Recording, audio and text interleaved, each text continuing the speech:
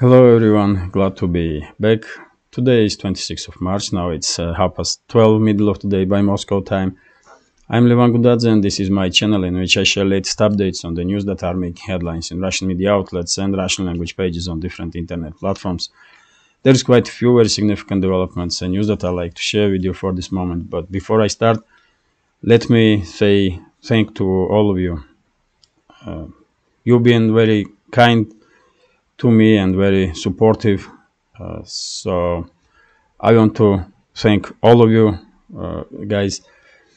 We did reach 7,000 mark yesterday, and that's because of you. So I'm very grateful for your time, attention, for your support, and I wish you all the best in this life. Thank you very much.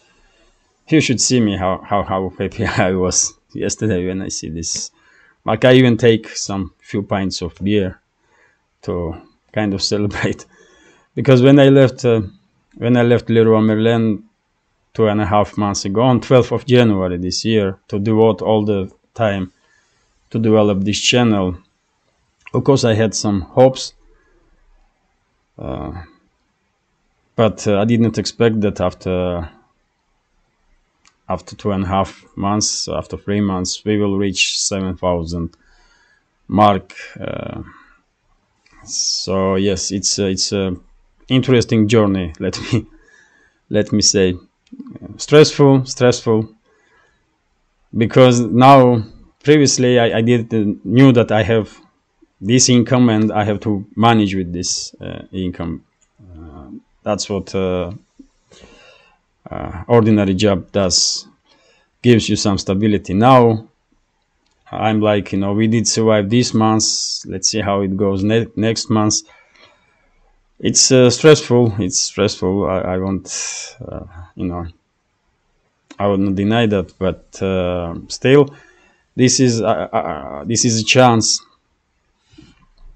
to feel myself life again, because I feel like I'm in journalism again. I'm reporting about news, about some developments, and I'm trying to be useful for society, and that's what I always wanted to do, because as many of you probably know, I was in journalism since 17 years. So yes, let's talk about the news now. Thank you very much, dear friends, for all the time, attention and support that you are giving me and to my channel. Thank you. Let's talk about news now, and as I said, there is quite a few very significant developments and news that I like to share with you, and I will start with the statements from Putin. He did give an interview to Russia 24 TV channel, and he had some very interesting and significant statements. First of all, of course, I will share with you information that Russia will deploy its tactical nuclear weapons in Belarus. Yesterday, Putin said that Iskander missiles will be deployed and are deployed in Belarus. Belarusian pilots will start training on planes how to use nuclear weapons, and this summertime warehouses will be finished where Russian tactical nuclear weapons will be stored. So this is very significant development, and first of all, this is a defensive move. In my reading of picture, this is quite a strong defensive move, because let me show you on the map. As you know, I was talking about for quite a while now that Washington and London pushing Warsaw to create some new anti-Russian coalition outside of NATO, and then under the umbrella of this coalition introduce its forces together with some other NATO members to the battlefield in Ukraine. And same time, I was thinking that there is some risk that this new anti-Russian coalition, which will include probably, that's my guess, but probably Poland, Estonia, Latvia, Litva, Slovakia, possibly Romania, Croatia, most likely Czech Republic, maybe few Albania, maybe, and quite a few Western European states. They may, I was thinking that this new anti-Russian coalition may send its forces not just in Ukraine, but also they may attack Kaliningrad region of Russian Federation and even Belarus. So in that case, they would be able to conduct some pincer movement from Poland and from Baltics to cut off not just Kaliningrad, but significant parts of Belarus also. And this move from Moscow to deploy tactical nuclear weapons in Belarus will probably force Washington, London, Warsaw, and all other capitals that were planning anything or something like that to think twice, to think again, because tactical nukes are quite a stuff to keep in mind. And if you don't know tactical nukes, difference between tactical and strategic nukes is only strategic ones are based on intercontinental ballistic missiles and on strategic bombers. When tactical nuke can be used by frontline bombers and ballistic missiles, short and medium range ballistic missiles. When it comes to power of warheads itself, it is not much different really. And the average power of nuclear warheads right now, it's from 150 to 250, 300 kilotons, which is, let's say, dozens of times more powerful than nuclear warheads that were dropped on Hiroshima and Nagasaki. So it's of course devastating weapon, and I'm quite sure by this move Putin did secure, or at least he did try his best to make sure that this Western states or this anti-Russian coalition that is in making right now will not dare to attack Kaliningrad or Belarus. But they will most definitely introduce their forces in Ukrainian battlefield. I will talk about this a little bit later, but as I understand, this new anti-Russian coalition has been in making to send NATO member states military to Ukraine under umbrella of this coalition, not under the name of NATO. That's why Warsaw are so active and together with Washington and London to build this coalition. They will probably be successful when it comes to Baltic states. They will probably happily become a part of this anti-Russian coalition. They are too Russophobic, but Romania probably will think twice, and some other countries also. Let's continue now.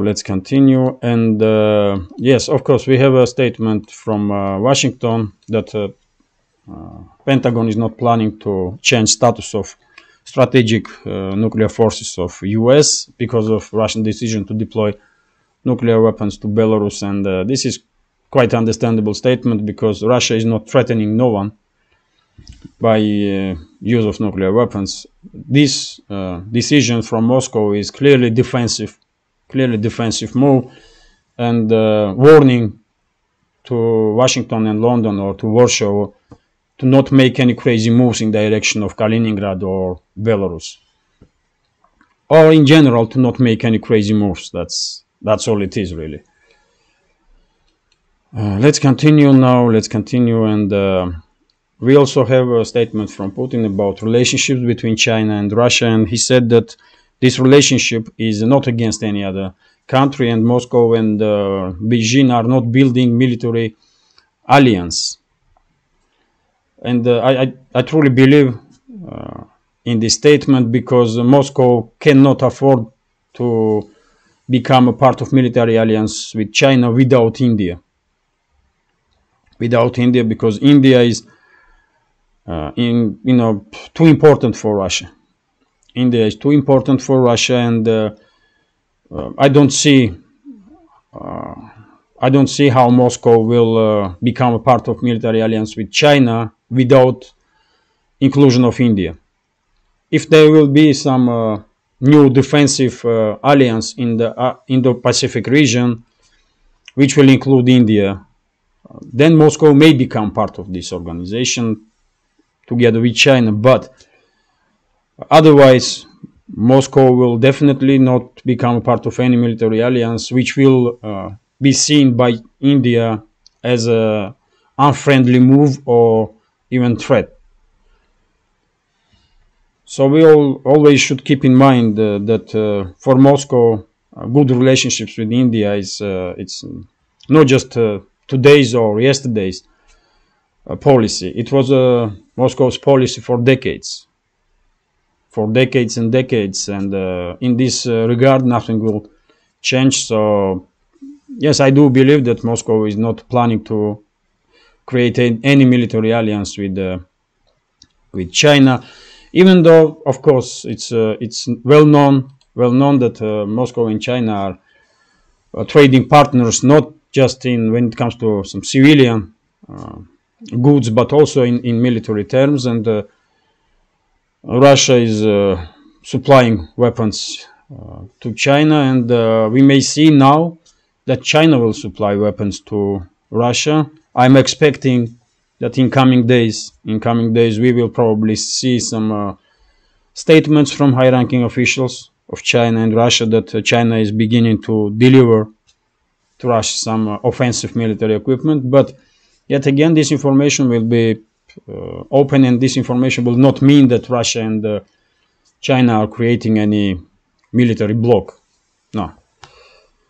Let's continue now, and this is very significant information. Also, according to RIA Novosti, PMC Wagner units did establish full control over the Azom steel plant in Bakhmut. Let me show you this area. We did have information quite a few days ago that PMC Wagner units establish control over these northern parts, industrial parts of Bakhmut, but now we have official confirmation about it. This pro-Ukrainian map is not showing basically much when it comes to any direction on this front line. It will take for them like days to recognize any success from Russian side. But as I understand, let me show you this another map, and as you can see, these white dots are approximate positions of the sites, and this northern part of Bakhmut is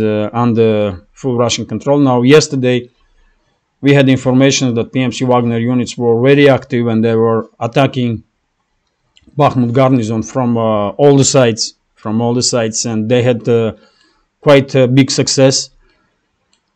And as I said, as I predicted like a few days ago, when everyone was waiting for this mysterious counteroffensive of Zelensky's regime to deblocate Bakhmut, I was saying that there will be no large-scale counteroffensive in this direction because Zelensky's regime don't have enough forces in this area.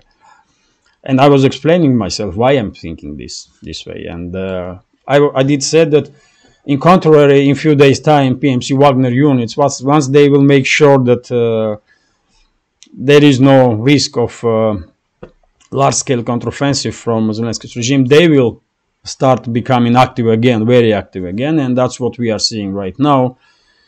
And inside the Bakhmut, it's heavy fighting. Yesterday, I did share video and photo confirmations on my Telegram channels, and battles are going on inside the city center itself now.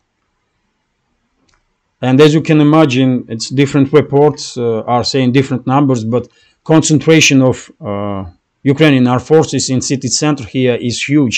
It's up to 10,000 soldiers. Some reports are saying 3 to 5, some say 8 to 10. It's a huge number anyway. So to disarm this amount of even broken down units and collapsed units, it will take quite a while, isn't it? I'm sure many soldiers of Bakhmut garrison are surrendering when they have a chance to do so in safe manner. And probably we will learn in months or 2 months time how many hundreds of Ukrainian soldiers did surrender in Bakhmut, from Bakhmut garrison, but not now because it's too dangerous for family members of those soldiers. So this information probably will be kept secret for a while, and for good reason. That's the right decision in my opinion. And we even have information about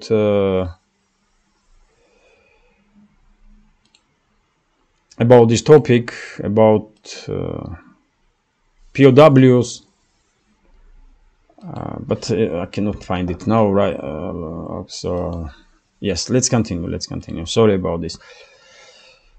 So yes, when it comes to Bakhmut, situation is developing in rapid pace, and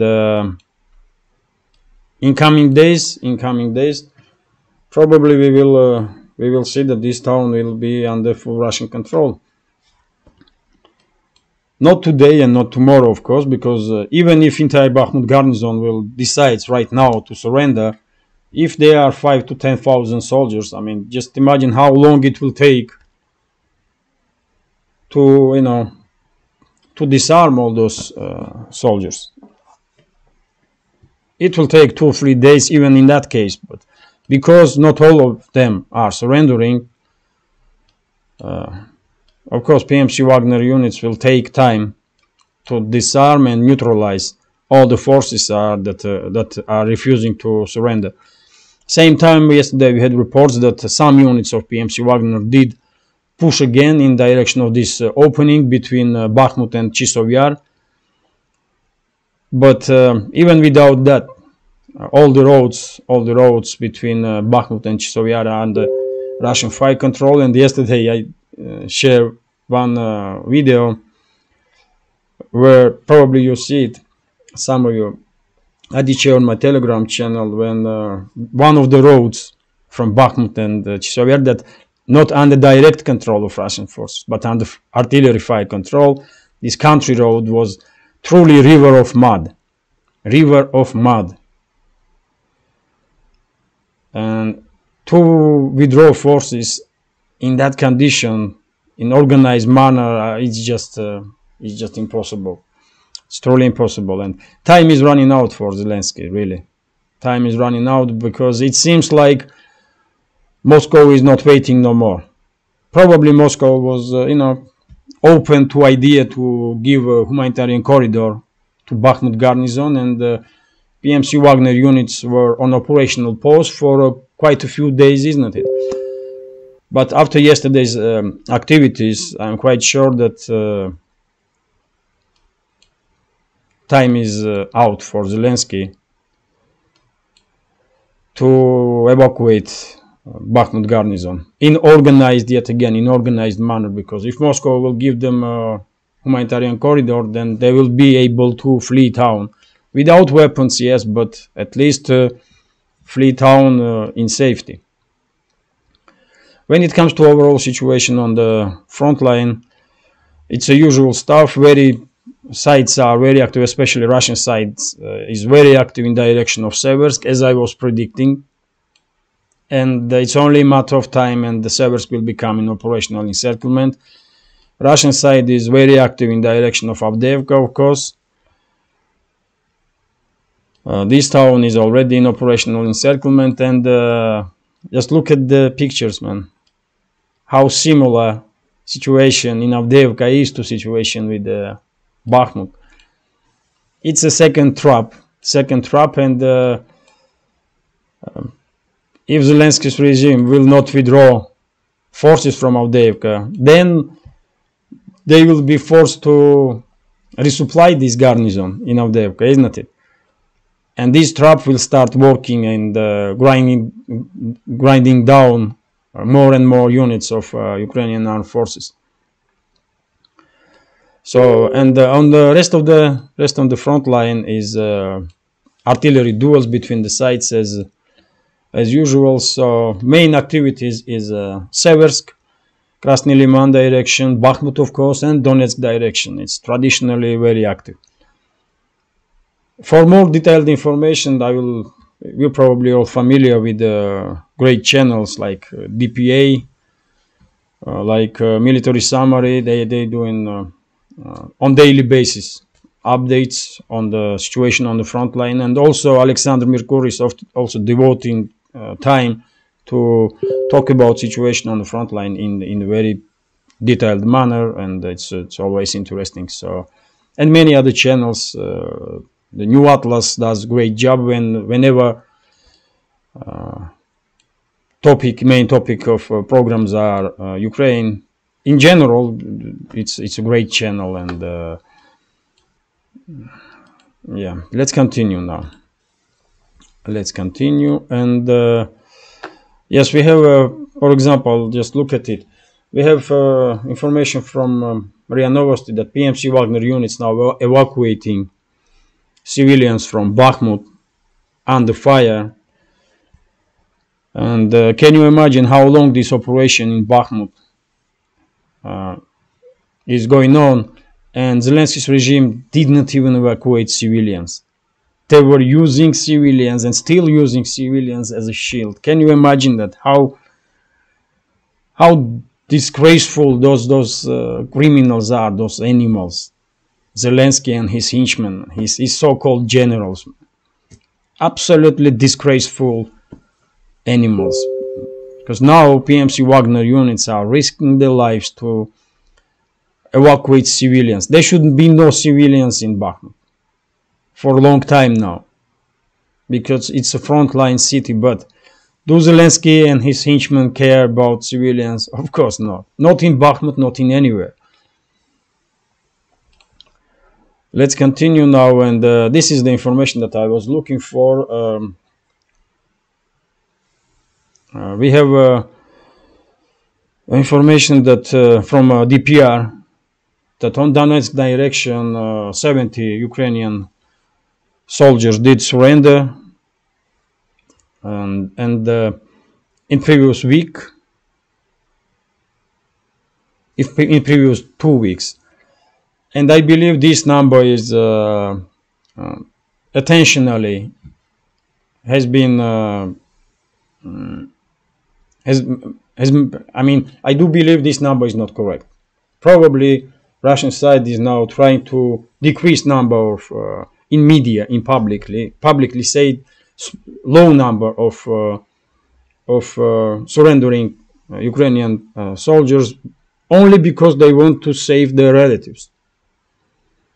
And probably names of these soldiers will be in secrecy, and this is right move from Russian side, absolutely right move, because Russia should make sure that family members of Ukrainian soldiers that will surrender will be in safety. So no one should know names of those soldiers that did decide to save their lives and surrender. When this conflict will end, yes. But before that, it's better for relatives of those soldiers to think that they died on the front line. Yes, it's hard to say, of course, but it's better them to think that they died and they see them live, other than become a target on their own if it will become open information that this and that soldier has surrendered.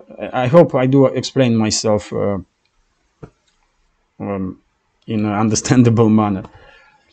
So yes, of course, there are some units that surrendering. I did spoke about this also quite a while ago, and yes, Russian side is doing good job. If they are hiding numbers of POWs and their names, because that's the right way to conduct this matter, to make sure that relatives of those soldiers are safe. So we have a very interesting statement from Vladimir Rogov, who is official in Zaporozhye region. Just let me check time, 25 minutes. Okay. So this is very interesting statement from official from Zaporozhye, Rogov. According to him, Russian side did manage to inflict heavy casualties, heavy losses on armed forces that are still loyal to Zelensky's regime in direction of Zaporozhye, especially in Orekhovo region. Let me show you on the map this direction. So Orekhovo is here. That's Orekhov settlement, and as you know, there are so many talks about long time ago announced counteroffensive of Zelensky's regime in direction of this land bridge between Crimea and mainland Russia. And in this statement, Rogov is saying that Russian armed forces even, this is too optimistic statement. Let me translate it for you. So Russian military thwarted the offensive of the armed forces of Ukraine in the area of Orekhovo. You know, I cannot say that Zelensky's regime will not conduct announced offensive because of this news from Rogov. But if he is right, yesterday Zelensky's regime lost more than 550 assault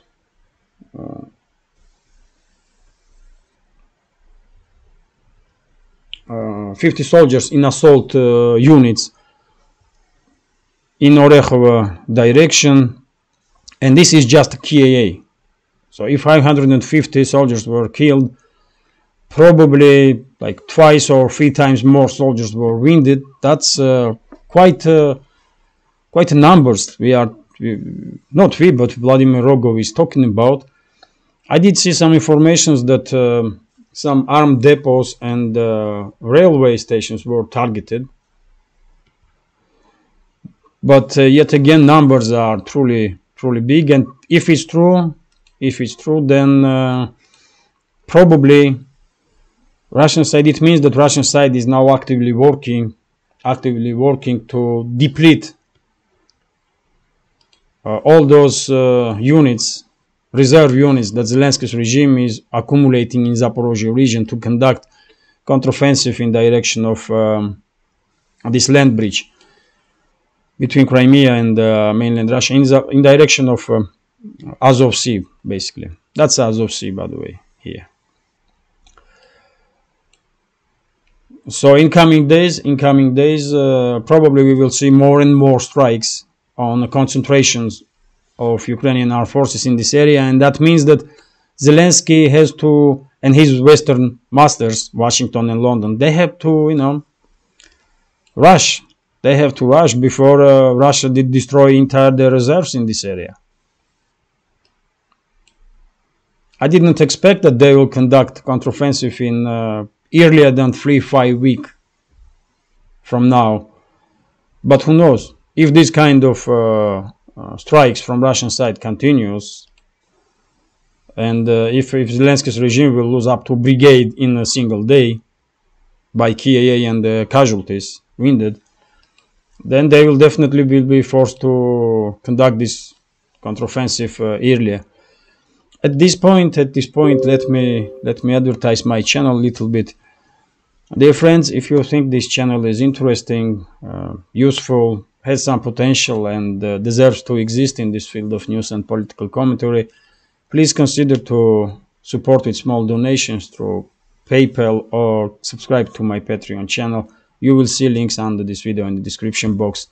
Of course, I will be very grateful for your help. Let's continue now. And this is RT.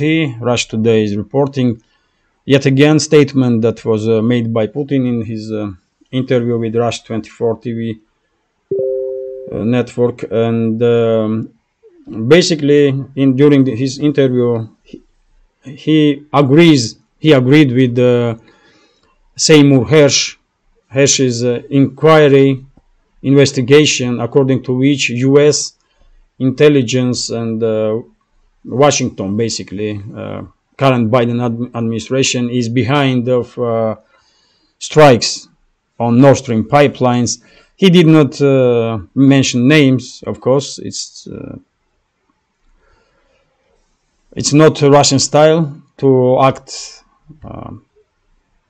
that way, but basically he agreed with Seymour Hersh, and we know what Seymour Hersh wrote in his memo about in his investigation about attacks on Nord Stream pipelines. It was conducted by U.S. Biden, with the involvement of Biden and his administration, and also with the involvement of Norway, and everyone knows this. Everyone knows this is kind of open secret at this stage. So Putin was asked about it, and he said that, I mean, yes, he thinks Seymour Hersh is correct in his inquiry. Probably some of you did ask me many times why Russia didn't retaliate, because it's obvious that U.S.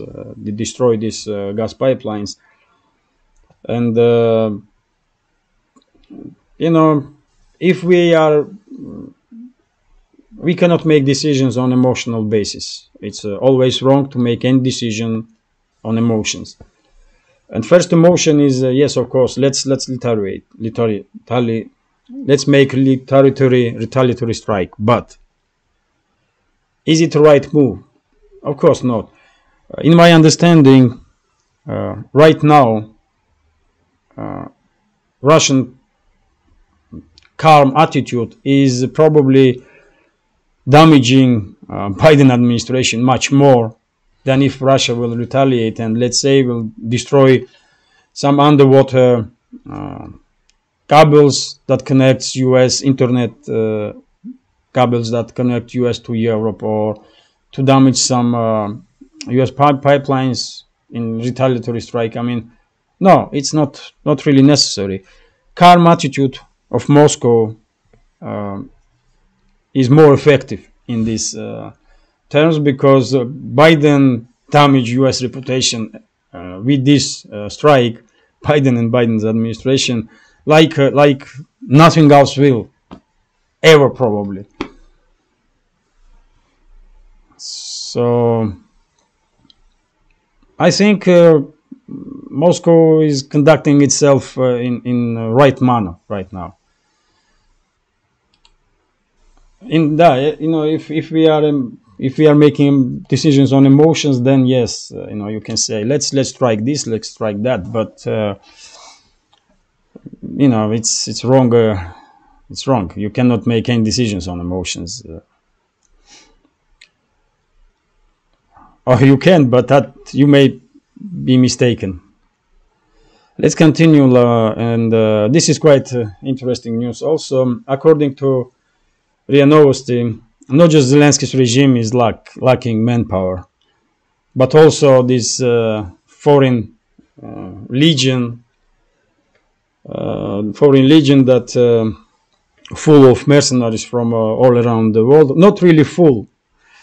When this legion was formed, Zelensky's regime were talking about some 20,000 volunteers that want to become a part of this unit.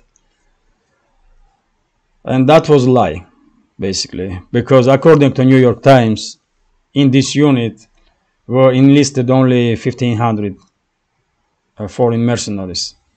only 1,500, because it seems like even mercenaries don't want to die for Zelensky and his Nazi henchmen. You know,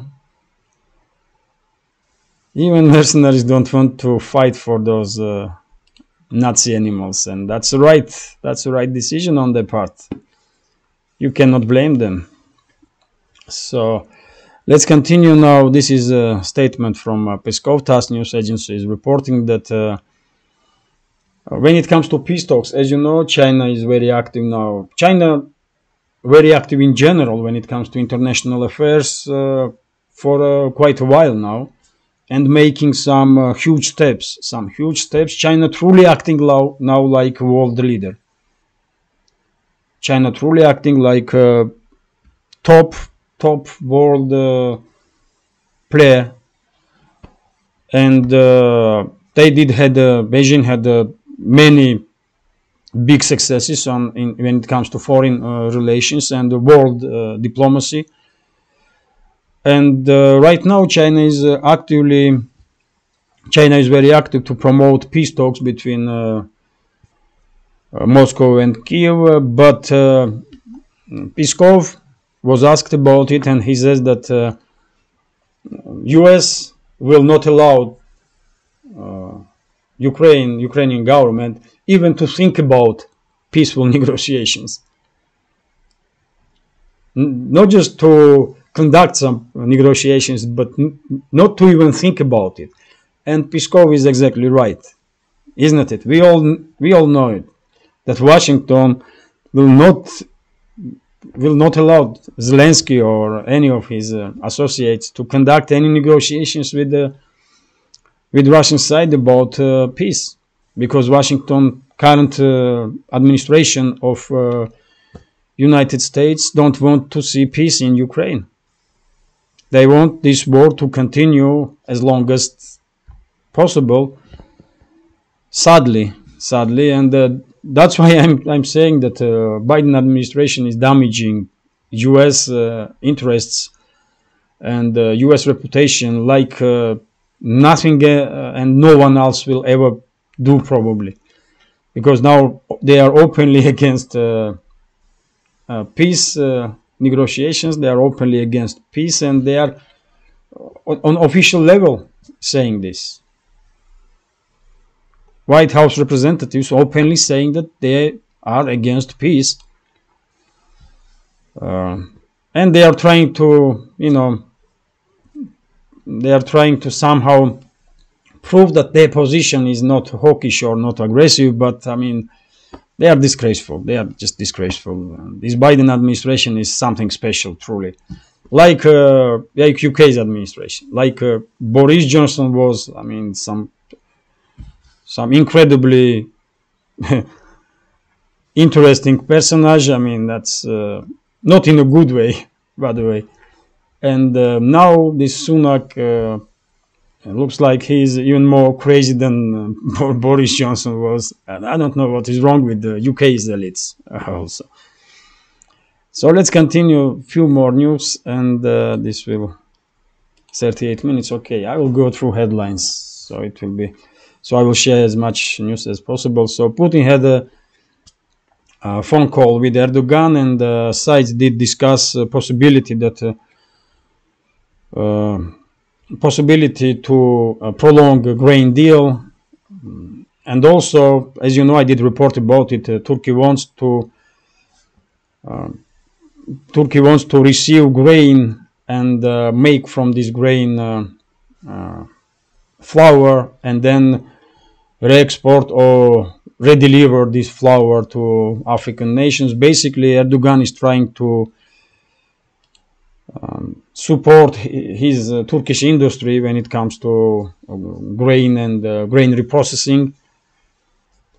And I don't know how will this situation develop. As you know, Putin did state a few days ago that if Russia will not prolong grain deal next time, Moscow will deliver grain to African countries that are in need, or any country that are in need, for free. and probably Turkey wants now to receive this grain, reprocess it, and then deliver to those countries, and probably make some money on it. But I don't know how it will develop.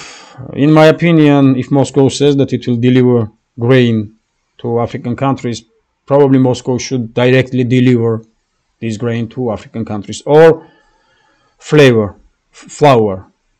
Russia can process this grain here in Russia and then deliver flour. Anyhow, point is that Turkey is trying to be active player in all this situation, grain deal, and when it comes to Ukraine, because now they feel that China has become quite a top player in these matters, and probably they don't want to lose their position, and it's kind of understandable. Also, Erdogan wants to be major player because its presidential elections are coming soon in May, if I'm not mistaken, in Turkey, and he needs some good news for Turkey. Let's say this way. And this is TASS News Agency. Next news about statement that Scholz made, German Chancellor, and he said that Germany and basically Europe should prepare for long-term support of Ukraine. This is kind of usual stuff nowadays. As you know, Poland is pushing Germany hard, very hard, because Warsaw is not happy with Berlin, because Warsaw thinks Germany should support Ukraine in even more, and that's a reaction probably from Berlin. But Scholz is saying that they will, support Ukraine as long as it's necessary, and the rest of it.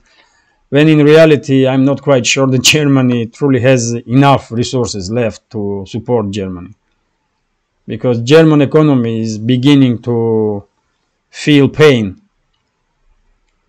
because of lack of cheap Russian energy that they enjoy for decades. So Germany will have enough problems for their own. So I don't think they will, be very keen to support Zelensky's regime much longer. They will be forced to, but still. This is RIA Novosti, and we have a statement from former CIA advisor, that and he is saying that once armed forces of Ukraine will collapse, Western states may be forced to introduce its forces to a battlefield openly. Basically, that's what I was saying for how long now. That's exactly what I am saying, that Washington pushing Warsaw to create this anti-Russian coalition, so that once Zelensky's forces will collapse, or even before they will start collapsing on entire front line, this new anti-Russian coalition will be created by, as I said, by Poland, Baltic states, Slovakia, probably Croatia, maybe Czech Republic, Albania, a few more countries, European countries, and they will send their forces into battlefield under the umbrella of this new anti-Russian organization to keep NATO out of this conflict. That's a strategy, as I understand, of Western elites, and in this case, this CIA advisor, whoever he is, his name is James Rickards. Basically, as I understand, he is talking about exactly the same scenario, but in different words. He may see picture differently, but eventually we will quite possibly do see Western armed forces being introduced to this battlefield.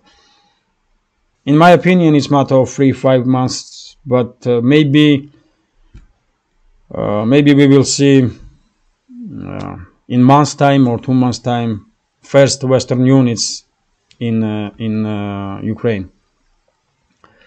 Let's continue, and this is TASS News Agency's report about Grossi, head of IAEA, International Atomic Energy. He wants to visit Zaporozhye nuclear power plant next week. To be honest, I don't trust this individual. I don't trust this organization as a whole, because I think this organization is a tool of Western elites. So I will recommend, of course, no one gonna listen to my recommendation nowhere, but I will still say that if I had recommendation to Moscow, I will tell them to be careful with this personage and with this organization as a whole, because they cannot be trusted, not even for a second. As you know, IAEA on a constant base has a few its personnel on Zaporozhye nuclear power plant, and I don't like this news. I don't like activization of this organization in direction of Zaporozhye nuclear power plant, because of these rumors about possible large-scale counteroffensive of Zelensky's regime in direction of Azov Sea, because that's Zaporozhye nuclear power plant here. And if Zelensky's regime will conduct, or basically when they will try to conduct this large-scale counteroffensive, they will definitely try to establish control over the Energodar city and Zaporozhye nuclear power plant, which is in suburbs of that city. And if that's the case, then it's a nuclear power plant, for God's sake, and it's quite risky to conduct any military operations in that territory. So I hope at least sides will somehow manage to avoid confrontation in that area, in area of this nuclear power plant. But when it comes to Zelensky's regime, they are crazy criminals, crazy Nazi criminals. They were shelling Zaporozhye nuclear power plant for how long? So what you gonna expect from those animals, man? And how long is this video? 47 minutes. Okay, this is last news, and that's it. So EU losing its appetite for more sanctions. That was said by Polish Prime Minister Mateusz Morawiecki.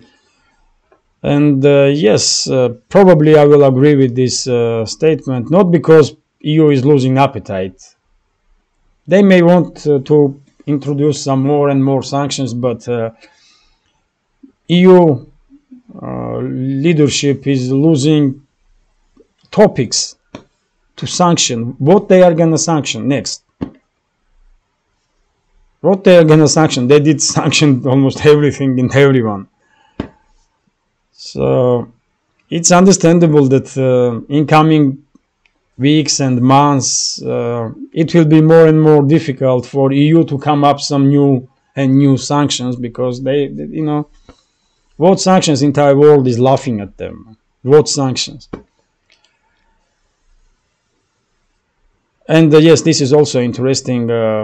Let me share just a few more news. And so Putin in yesterday's statement, in yesterday's interview, also mentioned dollar, and he said that Russia is not against dollar, and Russia never was against dollar. It's a U.S. administration that basically put dollar in such a position that Russia and many other countries are forced to distance themselves from dollar when it comes to international trade. So question is not for Putin, question is for White House and US government, why they are destabilizing dollar, why they are doing this. And it's a simple truth, isn't it? Russia was happily using dollar as a international reserve currency to conduct international trade, but now Russia cannot do this because of US sanctions. And now Russia encourages other countries in the world to use Chinese yuan in trade in trade relationships, especially with Russia. And the Chinese yuan becoming more and more influential currency, let's say this way. It's far away from being some alternative to US dollar at this stage, obviously, but many countries are forced to use some other currencies. And Chinese yuan is one of them, and very popular, especially when it comes to trade relationships with Russian Federation. So Putin is absolutely right. It's U.S. administration that decide to put dollar in difficult position. It's not Russia who did this. And this is also interesting. Since beginning of banking crisis in USA, this is RIA Novosti's report, U.S. citizens take out from banks $100 billion.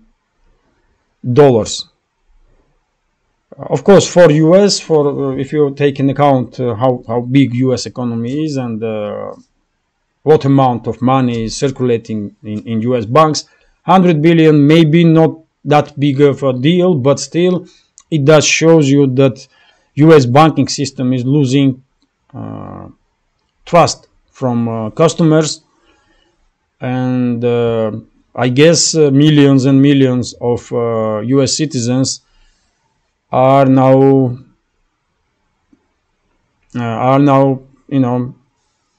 having hard time to trust those banks and keep the savings in the banks, and many of them just pulling out their money and probably, I don't know, keeping them in some other safe place, maybe in some other commodities, let's say gold or I don't know. But yes, U.S. banks lost 100 billion because customers are losing trust towards them, and this is RIA Novosti also. And Putin, yet again, I mean, his interview was quite interesting one. Let's say this way, he did talk about many topics, and my channel is about news in general. If I had some other programs, I will probably devote entire program to yesterday's interview of Putin, because it was truly interesting because of times that we are living in. And I'm sure on internet there will be some channels. Maybe Alexander Mercuris will devote more time to this interview. He does great job when it comes to detailed analysis of situations, not just in Ukraine, but also when it comes to statements of different leaders. And I will watch his update with interest today, as I always do. So this statement from Putin is about Russian economy, and he said that Moscow will do everything to not militarize Russian economy, because Moscow don't want to end up in a situation when most of economy is working for military needs. That was a mistake that made by Soviet Union, and Russia will not conduct itself in a similar manner. And this is absolutely right approach, in my understanding. Military-industrial complex is receiving quite investments nowadays, investments. Russia is buying a lot of equipment, a lot of military equipment, but still it's good to know. It's good to know that Russian leadership is not planning to to move Russian economy entirely towards military needs. It will be too risky for Russia and the stability of Russian economy. So yes, this is it for now. This is it for now. Increased militarization is never good stuff, really, for nobody. So yeah, increased militarization of economy is never good stuff. Soviet Union did learn about this in hard ways. So there's no need for Russia to militarize an economy in some extreme levels, on extreme levels. So this is it for now. 54 minutes. Okay, so I hope you'll find this video interesting. If so, please hit that like button. Leave some commentary about any topic you like. If you can, please share links to my videos with your friends on Facebook, Twitter, Telegram, or any other platform that you are active on. Also, if you want and if you can support my channel through PayPal with small donations or by subscribing to my Patreon channel, Patreon page. You will see links under this video in the description box. And yes, this is it. In a few minutes time, I will upload this video and then I will start making update for Patreon. So in a few hours time, update probably will be ready for Patreon. And yes, this is it. Take care and see you soon.